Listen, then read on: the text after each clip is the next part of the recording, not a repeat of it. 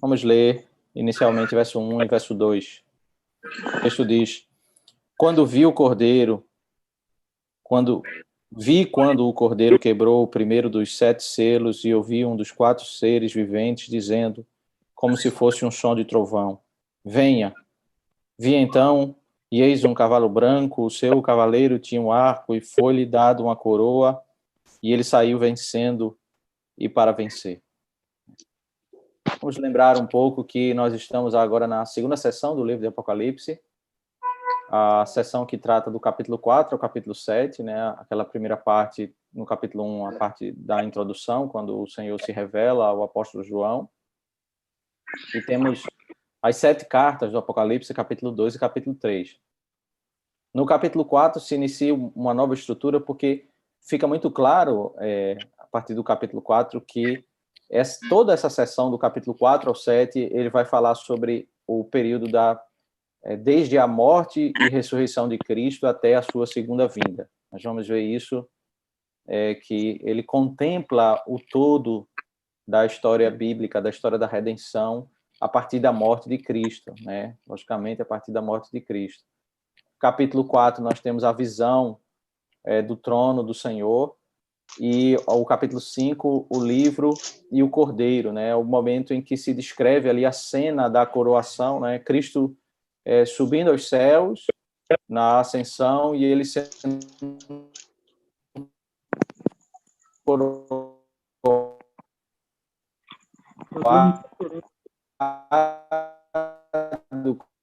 como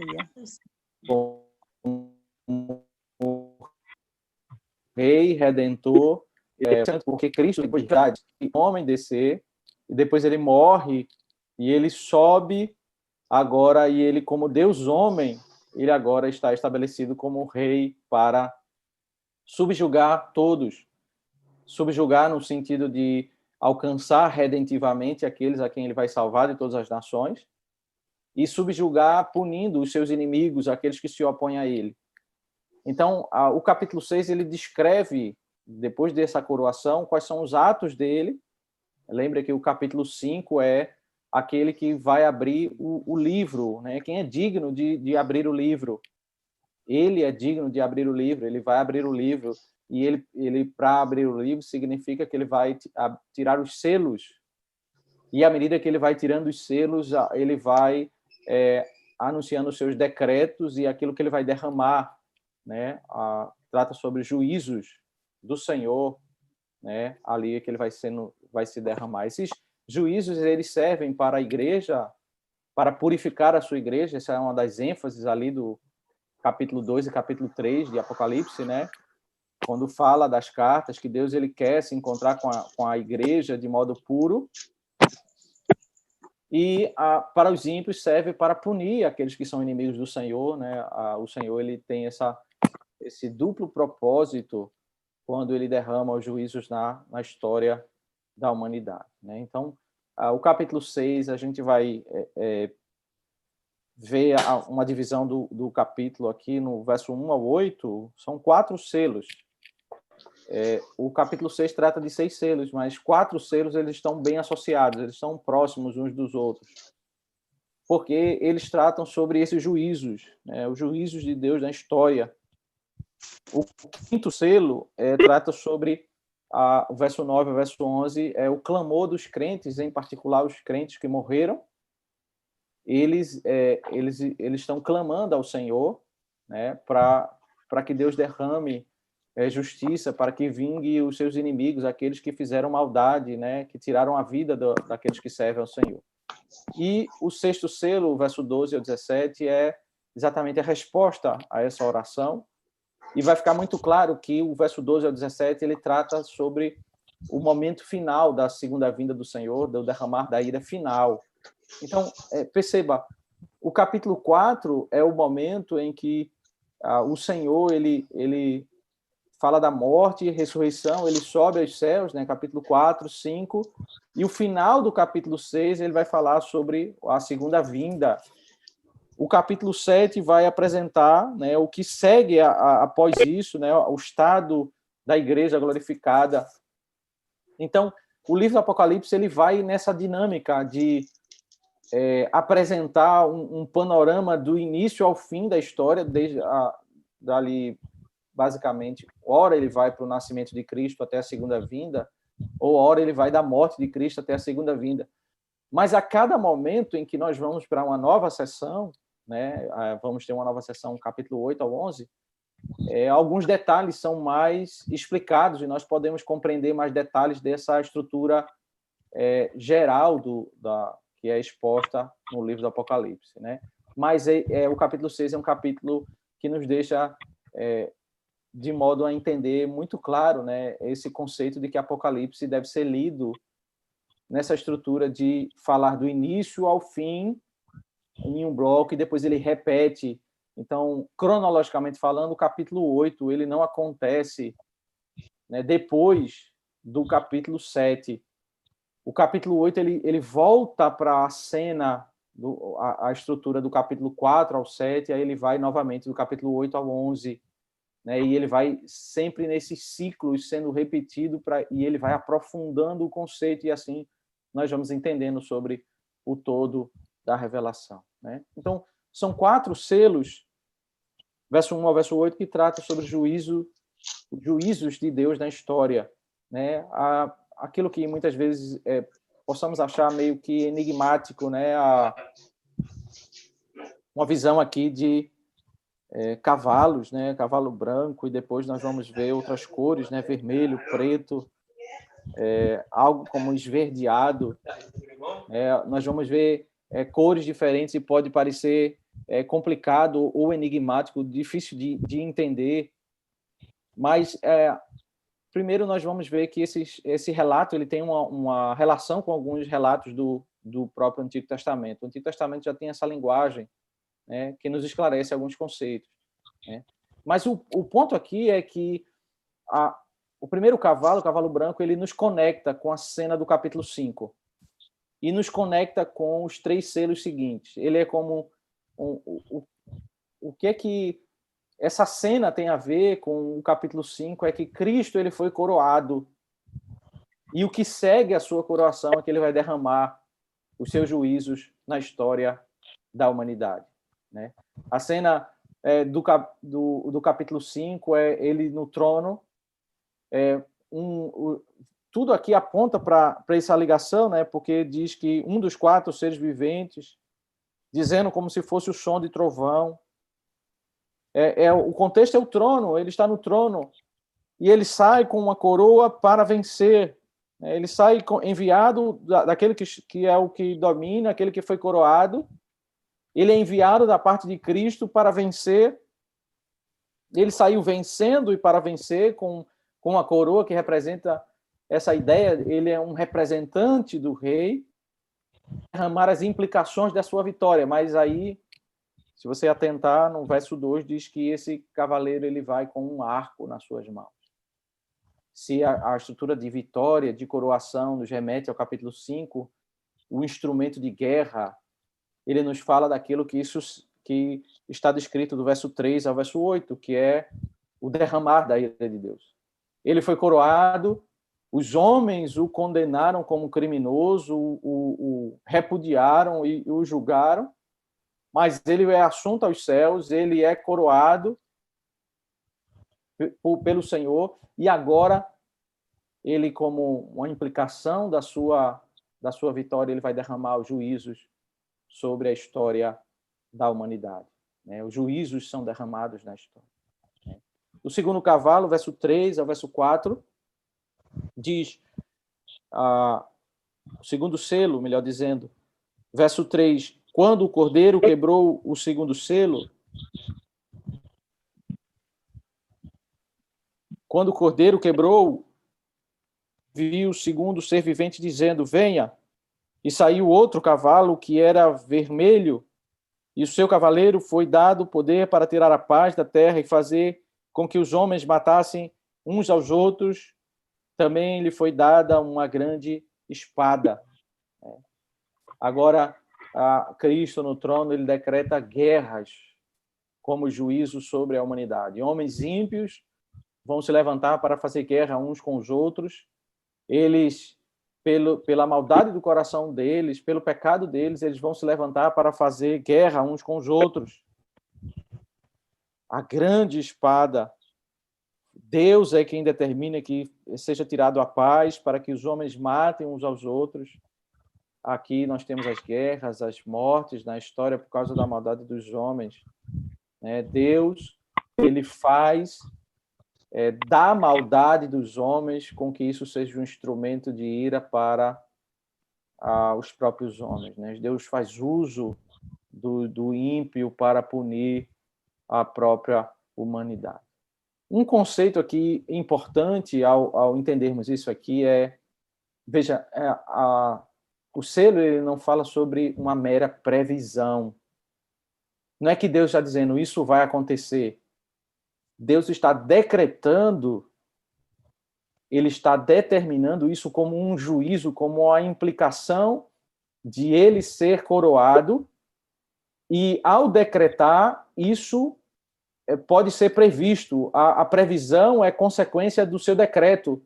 Não é o fato de que ele apenas está olhando e dizendo, olha, eu vejo antecipadamente que essas coisas vão acontecer, mas ele está decretando.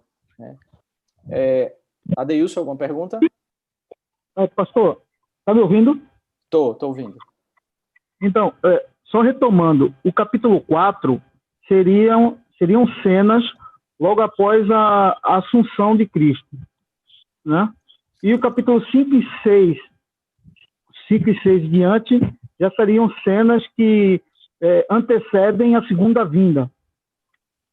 Não, veja, melhor dizendo, você entender que o capítulo 4 ao 7 vai do contexto da morte e ressurreição até a segunda vinda.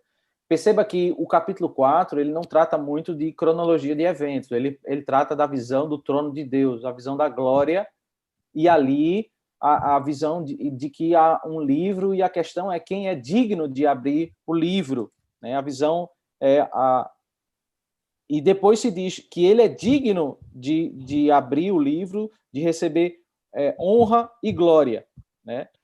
Mas no capítulo 5 que nós vamos ter o primeiro elemento de cronologia, quando ele diz que o Cordeiro aparece, aquele que é morto e ressuscitou, descrevendo isso. Então, o capítulo tem que ter muito cuidado para não ler Apocalipse e achar que cada capítulo é um momento específico da história, porque o capítulo 4 e 5 eles são bem entrelaçados, eles estão como uma cena só. Ele primeiro fala sobre o trono, os seres viventes, os 24 anciãos que estão ali, e aí surge um problema, que é o livro com vários decretos que há nele, e aí o capítulo 5 aparece aquele que é digno. Aí a gente pode falar um pouco assim que o capítulo 5 começa a detalhar essa cronologia, quando aparece o Senhor, ele é coroado, e aí o momento específico ele foi assunto aos céus, ele foi coroado, e ele agora passa a abrir uns decretos que começam a ser executados após a sua ascensão. Tá? O livro de Apocalipse, ele também se preocupa em desabrochar o plano da redenção, porque a partir do capítulo 4 fica bem claro a trindade, cada pessoa distinta. Então, a gente está acostumado a ver a trindade, cada uma das pessoas distintas com seu ofício, né? Cada um com seu ofício na economia da salvação. Então, o pano de fundo dessa passagem aqui de Apocalipse, pelo menos do 4 ao 7, seria o desabrochar do plano da redenção? O capítulo 4 ao 7, ele é basicamente isso que a gente está tentando dizer, que o pano de fundo do capítulo 4 ao 7 vai ser o mesmo pano de fundo de todo o livro. É uma análise desse quadro geral, desde a primeira vinda até a segunda vinda. E aí ele vai focar algumas coisas, né? Especificamente, mas sobre o plano da redenção, eu diria assim, toda a sessão de Apocalipse ele vai tratar sobre o plano da redenção e vai descortinar alguns aspectos especificamente. Não diria que o tema é a Trindade, mas assim, são detalhes do plano da redenção que tem nessa sessão, mas tem em outras sessões também, né? Cada sessão não é uma mera repetição, mas pontos que é como um quebra-cabeça que a gente vai colocando peças e elas vão sendo reveladas a cada sessão e a gente vai conseguindo ter uma visão mais clara do quadro geral, né? Essa é a ideia do livro. Ele vai repetindo, mas ele vai caminhando para uma consumação, né? Porque perceba que quando chega no último quadro, o quadro final, né, o capítulo 20 ao 22, aí a ênfase está muito mais naqueles momentos finais, né? Naqueles eventos finais, a segunda vinda de Cristo, o julgamento final, né, a condenação do Satanás. Então, novos céus e nova terra. Então, vai se dando mais ênfase particular, mas assim, a proposta de cada sessão é o quadro geral do plano da redenção. Tá bom? Então, voltando aqui, o terceiro selo, né? Aí se trata, se o segundo selo, verso 3 e 4, é sobre tirar a paz e haver guerras, não como uma mera previsão, mas como o juízo do Senhor que está sendo derramado, né? Os homens rejeitaram o Senhor e agora o Senhor, pela sua ira, está derramando os juízos na terra. E aí nós temos o terceiro selo, verso 5 ao verso 6. Quando o cordeiro quebrou o terceiro selo, ouvi um terceiro ser vivente dizendo, venha. Então olhei e eis um cavalo preto e o seu cavaleiro com uma balança na mão. E eu vi o que parecia uma voz do meio dos 4 seres viventes dizendo, uma medida de trigo por 1 denário, 3 medidas de cevada por 1 denário, e não danifique o azeite e o vinho. Né? Em termos, ele está falando... Veja, ele tem um símbolo, né, um cavalo com uma cor, mas logo em seguida ele explica. Então, o texto não é tão enigmático assim, porque já temos a explicação do símbolo, né? Já temos a explicação de que há um problema aqui com a economia. Né? Se fala aqui em termos fora de um padrão, né, comum daquela época, porque ao falar que uma medida de trigo por 1 denário, era algo como se um pouco de farinha fosse vendido por R$100, um pouco de comida muito caro, né, para aquela realidade. Ainda que nós tenhamos, não danifique o azeite e o vinho. Ele não iria ser danificado pela ordem do Senhor, que é a comida dos ricos. O ponto é que nesse juízo os ricos não seriam tão abalados, mas as pessoas mais pobres sofreriam, né, em um dado momento da história por esse juízo do Senhor na economia, né? O juízo que causaria prejuízo financeiro no meio do povo e eles teriam dificuldade, né, de se alimentar. O ponto é que na história haveria uma visitação do Senhor, né, na economia. Então, isso por parte do Senhor.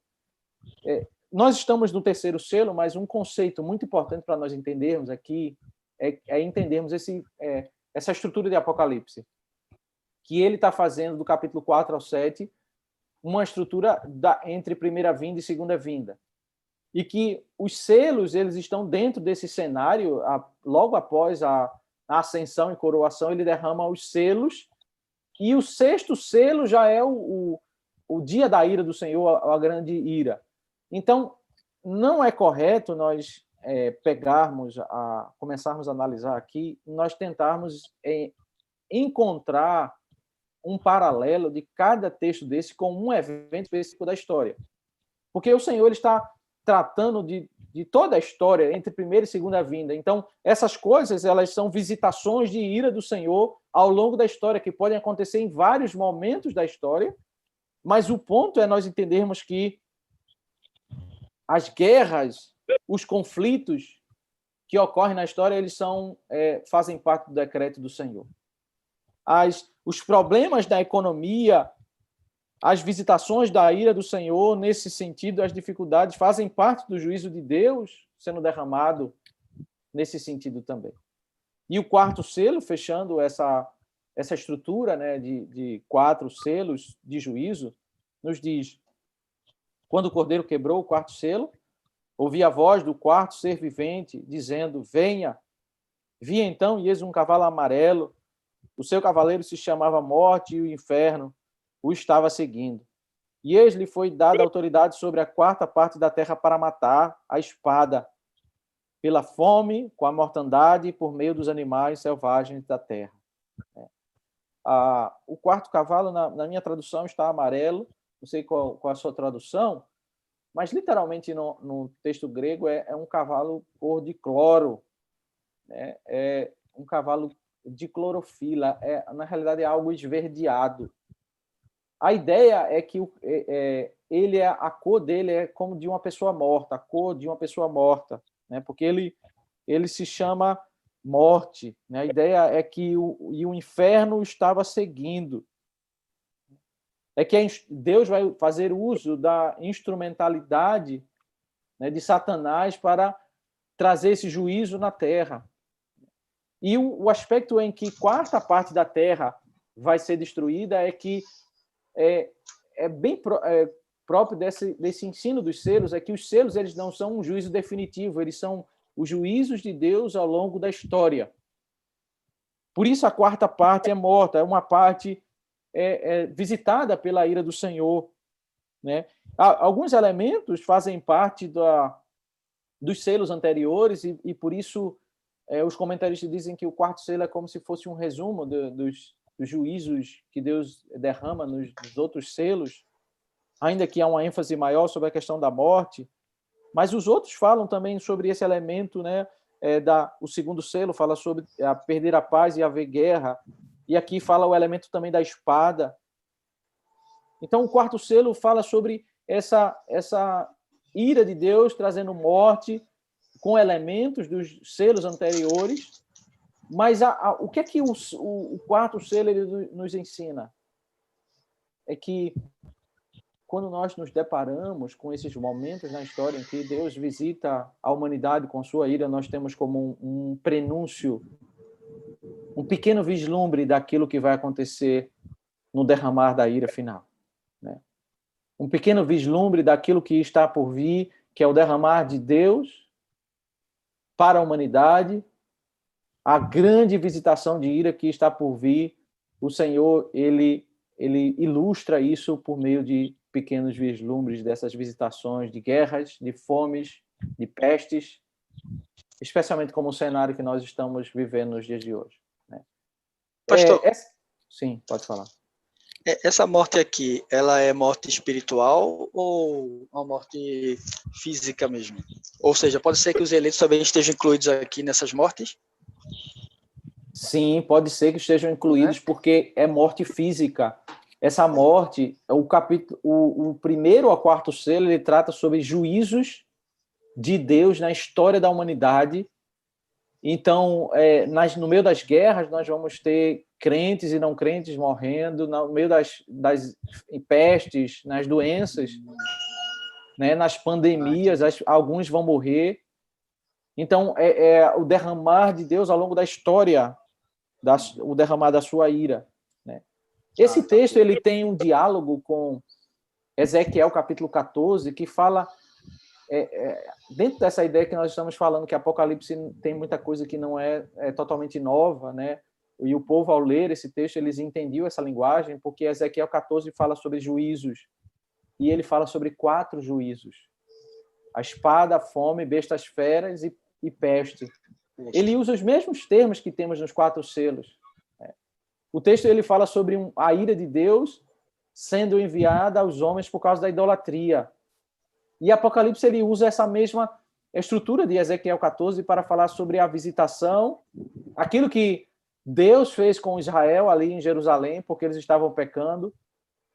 Deus está falando que vai fazer com a humanidade com toda ao derramar essas 4 tipos de juízo. Então, quando aquele que conhece o Antigo Testamento, ele ouvia e ouviu no primeiro século sobre esses 4 tipos de juízos, ele entendia, ao comparar na história dos judeus, na história de Israel, o modo tão duro que Deus visitou o povo com esses 4 juízos. Eles sabiam que aquilo ali que aconteceu na história de Israel servia como um prenúncio daquilo que iria acontecer na história da humanidade, né?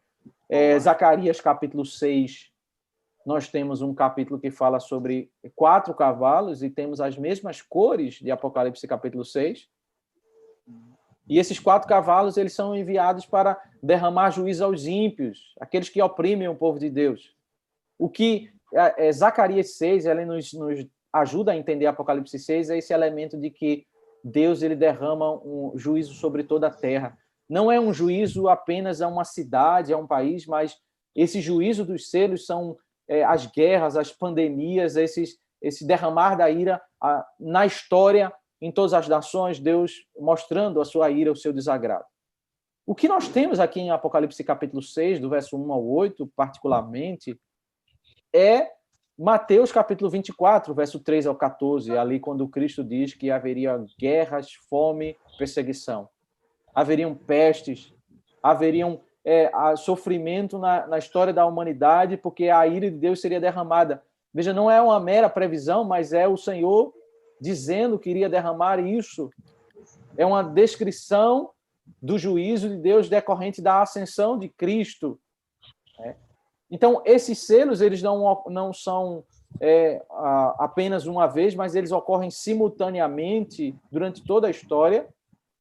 É consequência de um mundo mau que rejeitou Cristo, que matou o Senhor, que sentenciou ele como criminoso, e mesmo aqueles que não estavam naquele momento da história, mas que hoje continuam rejeitando o Senhor e sua palavra, e esses 4 selos, eles servem como um prenúncio do grande dia da ira que vai acontecer quando o Senhor voltar.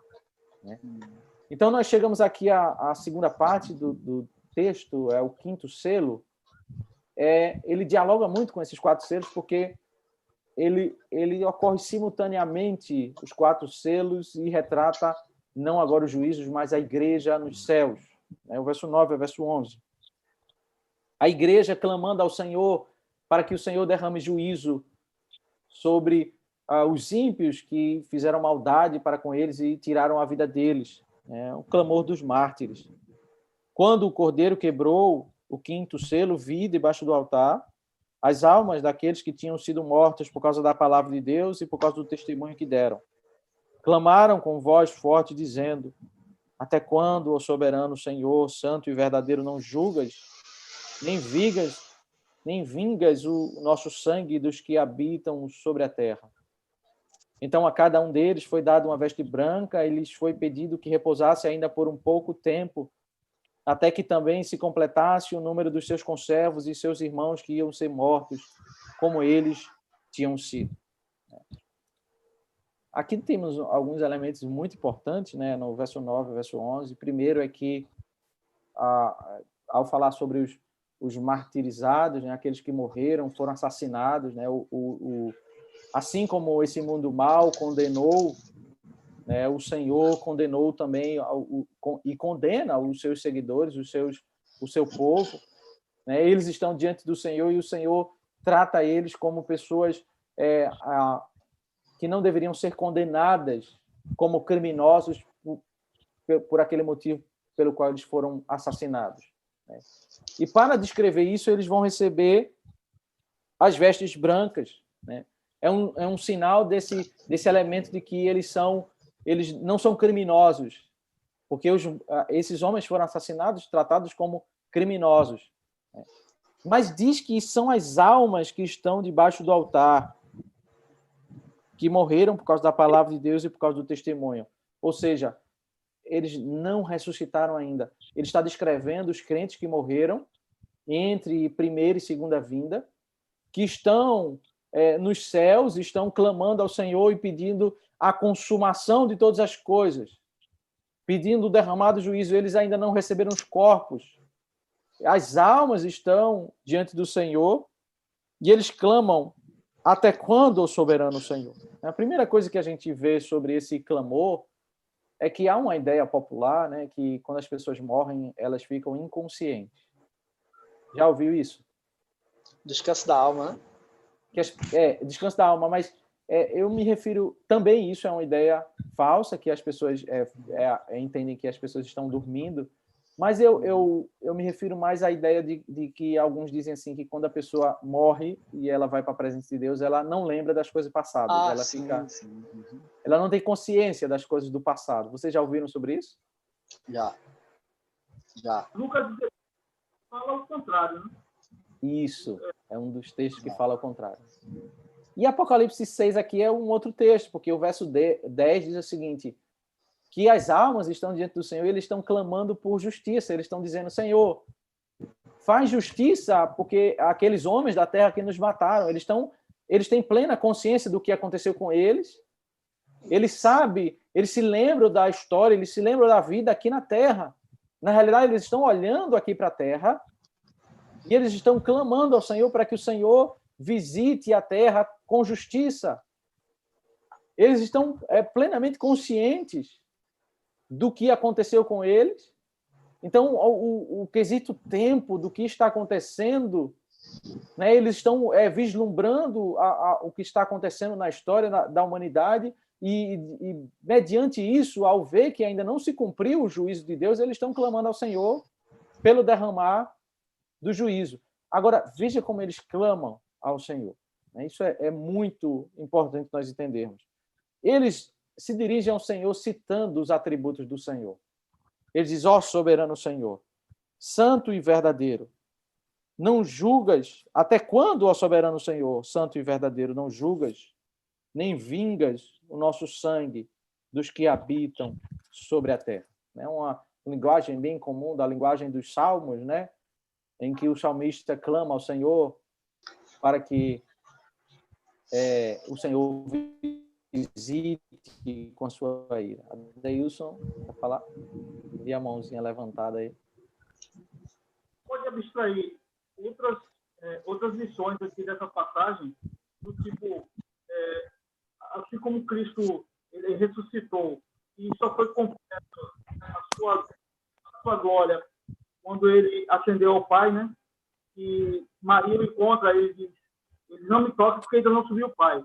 Então, assim mesmo, o homem também só está completo quando ele recebe o corpo glorificado. Esse seria um primeiro ponto.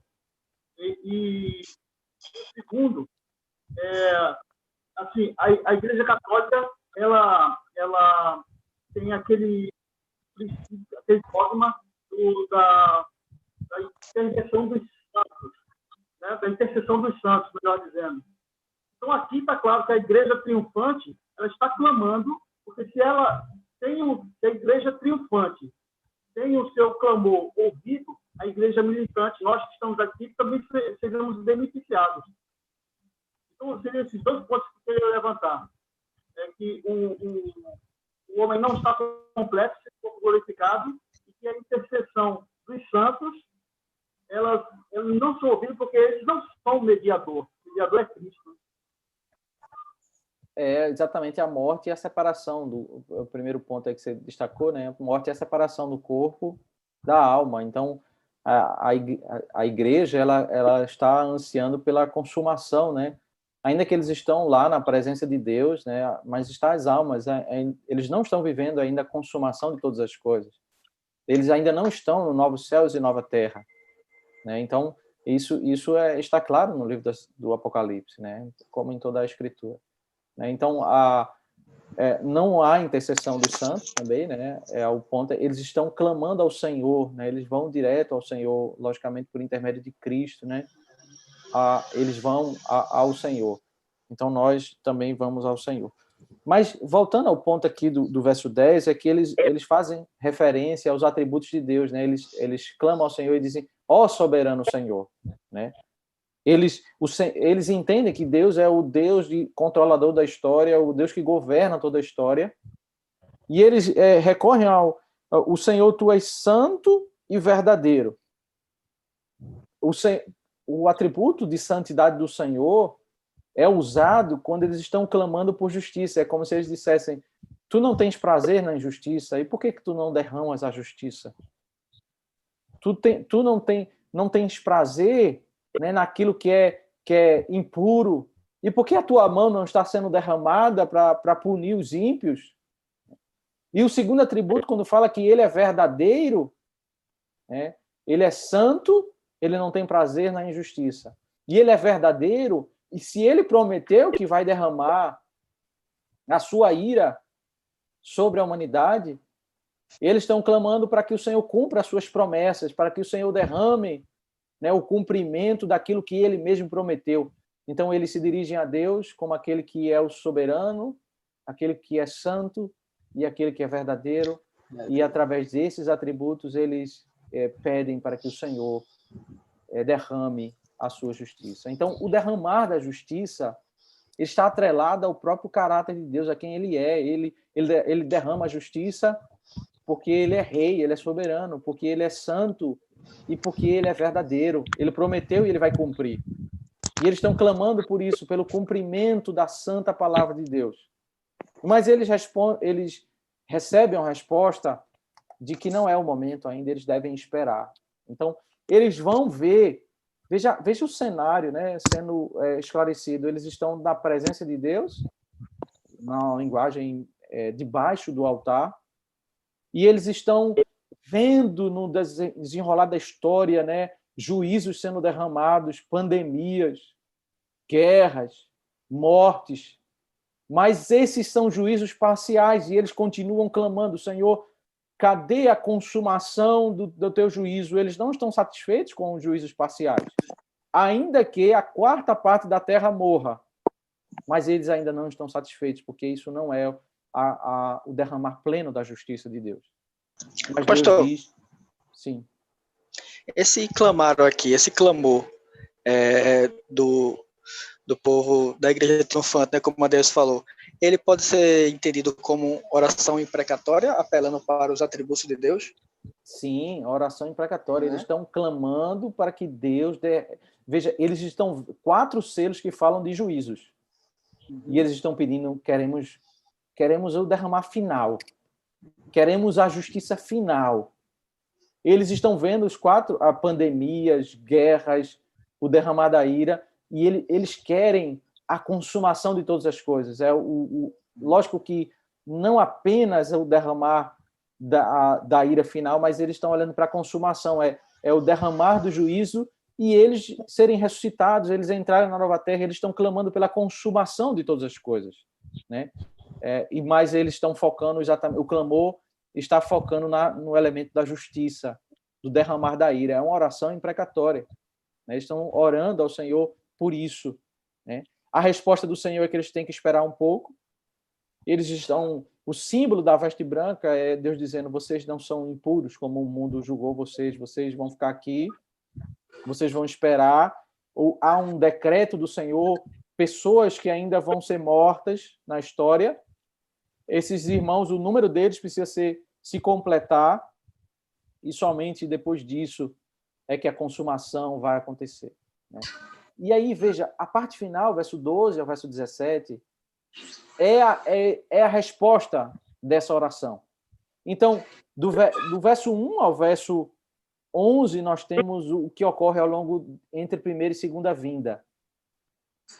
E o verso 12 ao 17 é o momento do derramar final da ira de Deus associado à segunda vinda. É quando Deus atende esses pedidos, né? O verso 12 ao 14 fala de sinais, né? Vi quando o cordeiro quebrou o 6º selo, houve um grande terremoto, o sol se tornou negro como um pano de saco feito de crina, a lua ficou toda vermelha como sangue, e as estrelas do céu caíram sobre a terra como a figueira deixa cair os seus figos verdes quando sacudida por um vento forte. E o céu recolheu-se como um pergaminho quando se enrola. Então todos os montes e as ilhas foram movidos do seu lugar, né? Veja, o ponto aqui desse ensino não é nós vermos letra após letra, nós entendermos, né, o que cada vírgula, cada ponto, mas o ponto aqui é a linguagem de que Deus ele vai derramar a ira na terra e a própria criação vai ser alvo de destruição. Deus vai derramar em um momento algo mais do que esses selos iniciais que foram o derramar da ira parcial. Mas Deus vai derramar, né, a ira de modo mais completo e a própria criação vai ser abalada com isso, né? Há uma linguagem muito comum do que está também em Hebreus, né? Quando Deus ele diz que vai destruir a própria criação com fogo. E depois ele faz referência, verso 15 ao 17, a 6 classes de homens. Vem dentro da estrutura daquele contexto, né? A estrutura romana, mas essas 6 classes elas querem dizer toda pessoa, qualquer pessoa da sociedade vai ser visitada pelo juízo do Senhor. Os reis da terra, os grandes, os comandantes, os ricos, os poderosos, e todo escravo e todo livre se esconderam nas cavernas e nos penhascos dos montes e disseram aos montes e aos rochedos: caiam sobre nós e nos escondam da face daquele que está assentado no trono e da ira do Cordeiro. Porque chegou o grande dia da ira deles, e quem poderá subsistir? 6 classes de homens, né? Dentro do Império Romano é os reis da terra, os grandes, que são os magistrados, como Pilatos, os comandantes, que são os generais, aí depois vem os ricos, depois vem os poderosos. Alguns comentaristas costumam associar esses poderosos a pessoas de influência na sociedade, inclusive aquelas pessoas que lutavam na arena e que eles eram pessoas de grande nome no meio da sociedade, eles eram como pessoas influentes, pessoas que tinham prestígio no meio da sociedade. E depois ele diz escravo e livre, que na realidade é o mesmo grupo, porque é o escravo que continua escravo e o escravo que foi liberto. Mas ele foi liberto, mas ele continua ainda tendo a marca de escravo. O ponto é que o Senhor está dizendo, olha, desde o mais rico e mais influente ao mais pobre, ao mais sem prestígio no meio da sociedade, a ira de Deus ela vem para todos, ela não vem apenas para o pobre ou apenas para o rico, ela vem para toda a humanidade, para aqueles que não estão no Senhor, para aqueles que não estão não foram redimidos, não estão debaixo da graça do Senhor. Eles não estão clamando por salvação, porque nesse momento não há mais oportunidade de salvação. Eles estão clamando pela morte. Eles olham para os rochedos e eles preferem a morte, porque há algo pior do que a morte. É se encontrar com Deus irado. E aquele dia, o dia da ira do Cordeiro, algo pior do que as pandemias, do que as guerras, do que todos os juízos que foram derramados na história, porque eles foram apenas prenúncios, pequenos momentos do derramar de Deus ao longo da história que apontavam para esse dia, porque chegou o grande dia da ira deles e quem poderá subsistir? Ninguém poderá subsistir se não estiver no Senhor. Ninguém poderá fugir da ira do Cordeiro, né? Os selos, eles focam do início até o fim desse derramar final da ira de Deus, né? A primeira cena, a cena do capítulo 5, descreve Cristo assunto aos céus. Aí o final do capítulo 6 é a segunda vinda, o derramar da ira, associado à segunda vinda, né, do juízo do Senhor, né? Eu queria destacar 3 conceitos aqui quando nós olhamos para esse texto, e aí a gente pode depois ter um momento mais de perguntas, né? Então, veja, 3 conceitos aqui que nós precisamos destacar. Primeiro o que é que nós aprendemos ao pensarmos nos 4 selos de juízo? O que é que nós entendemos desse derramar de ira ao longo da história? Nas tempestades, nas pandemias, especialmente no momento que nós estamos, nós queremos esperança, né? Queremos dias melhores, alguns querem profetizar a vitória, né? Querem só as coisas boas, né? Sem problema.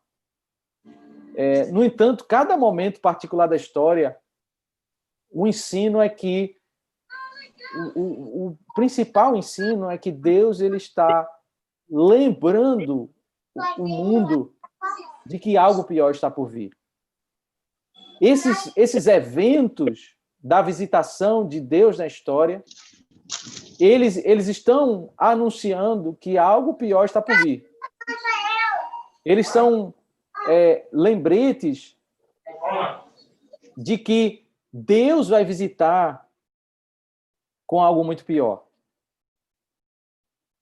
E Deus está convocando todas as pessoas ao arrependimento.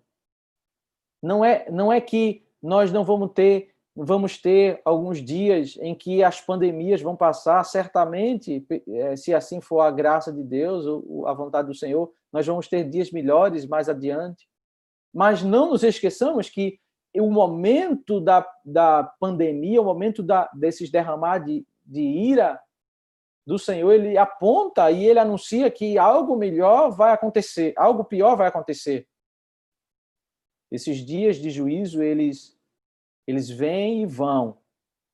Né? Nós vamos, se não acontecer a consumação de todas as coisas agora, nós vamos ver dias melhores, porque é assim que acontece ao longo da história. As pandemias, elas vêm e elas passam. Mas a nossa grande esperança não é voltar simplesmente à normalidade. A nossa grande esperança é que nós aprendamos com essa visitação do Senhor, com o que Ele quer nos ensinar. Ao ser visitado com isso, nós nos arrependemos e entendemos o ensinamento dele, e aí nós aprendemos a lição. Né? Um segundo conceito é como é que eu vejo Deus diante dessas visitações de juízo, né? Guerras, pestes e fomes. É comum algumas pessoas dizerem o seguinte, até um movimento grande, né, de pessoas que se dizem evangélicas, elas negam o envolvimento de Deus porque elas não conseguem encaixar o entendimento que elas têm de Deus com as crises, as lutas, as dores, os sofrimentos, mortes, pandemias. Elas não conseguem associar Deus com isso. Elas apenas dizem assim, Deus permite. Mas, de fato, ele não tem nada a ver com isso. Porque Deus é amor, Deus é bom, Deus é misericordioso. E como é que nós podemos relacionar Deus com essas dores, mortes? A humanidade muitas vezes nega o envolvimento de Deus com essas visitações de juízo, porque é uma leitura puramente humana, né, desprovida de revelação.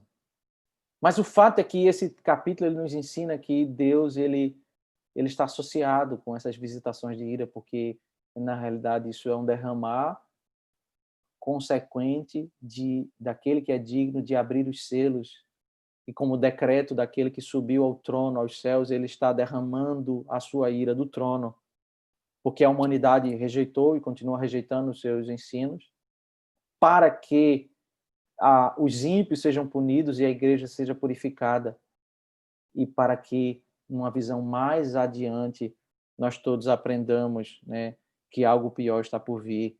É preciso levar a palavra de Deus e o próprio Deus a sério. Né?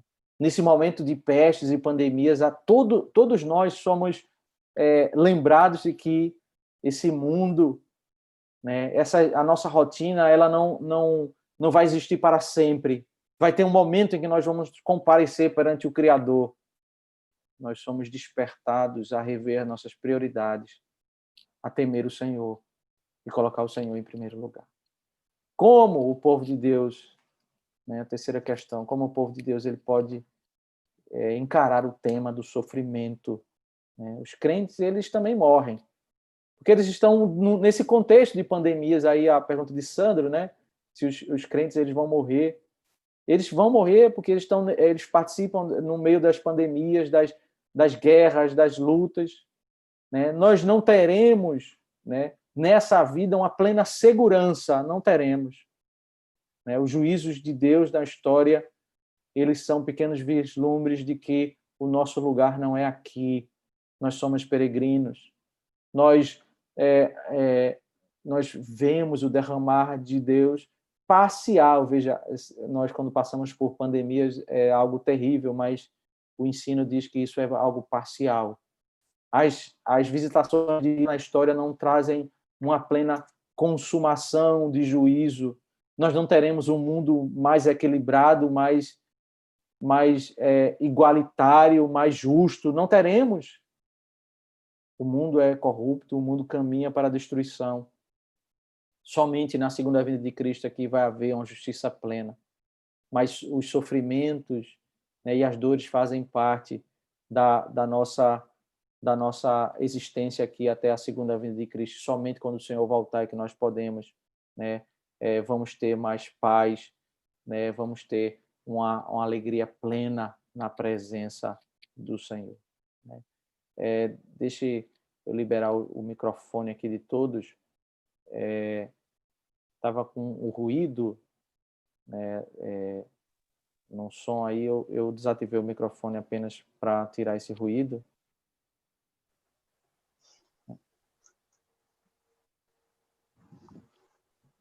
Mas eu estou liberando aqui o som e aí nós podemos fazer perguntas.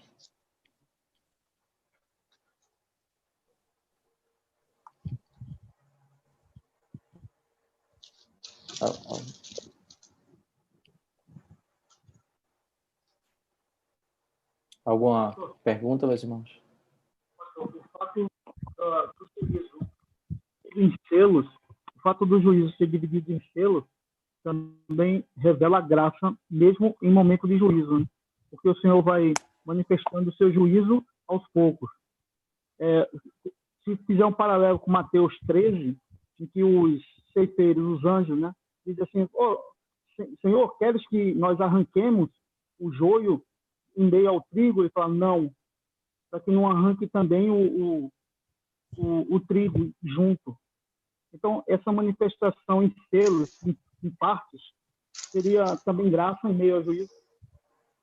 Com certeza, é exatamente isso, porque a visitação parcial, ela é muito educativa, ela é como se nos fizesse parar, né?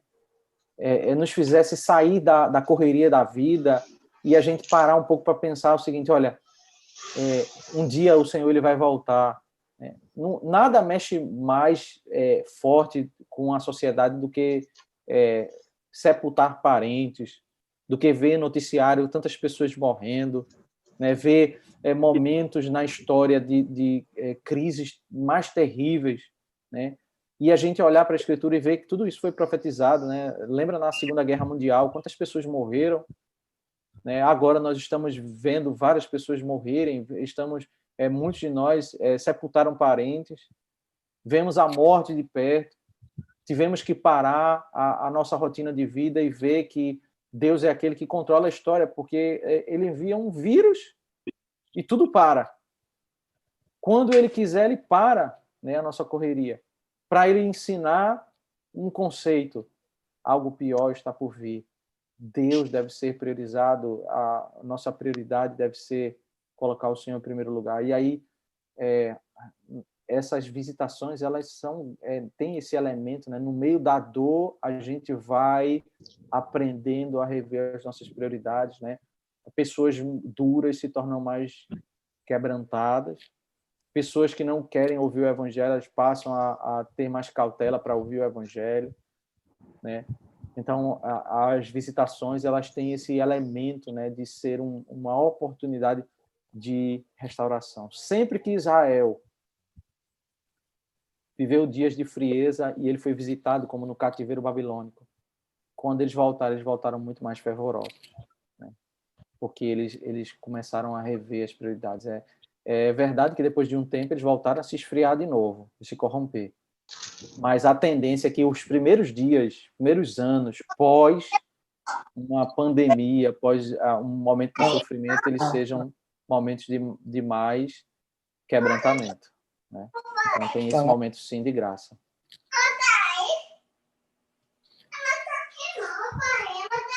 Mais alguém? Não, tá tranquilo, pastor.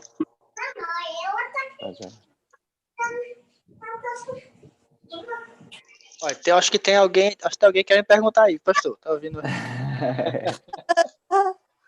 Deve ser o DI.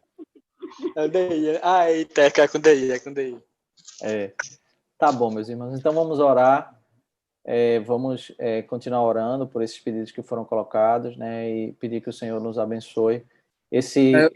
Eu peço muito aí as pessoas que orem por mim, que eu tenho uma dificuldade terrível quando eu estou lendo. Acho que eu passo, às vezes, até um ano para ler um livro, porque eu estou relendo para poder tentar entender, e eu peço isso muito a Deus, porque assim, a gente vê a dificuldade de hoje em dia e a situação de hoje em dia. Então, hoje eu peço muito a Deus, até que você com o Sandro, um certo tempo desse, para ele justamente me dar, abrir minha mente para poder entender, para eu poder me alimentar e poder estar nessa batalha junto com uma igreja. Senão fica complicado. Então, eu peço muito a Deus isso para que isso aconteça na minha vida.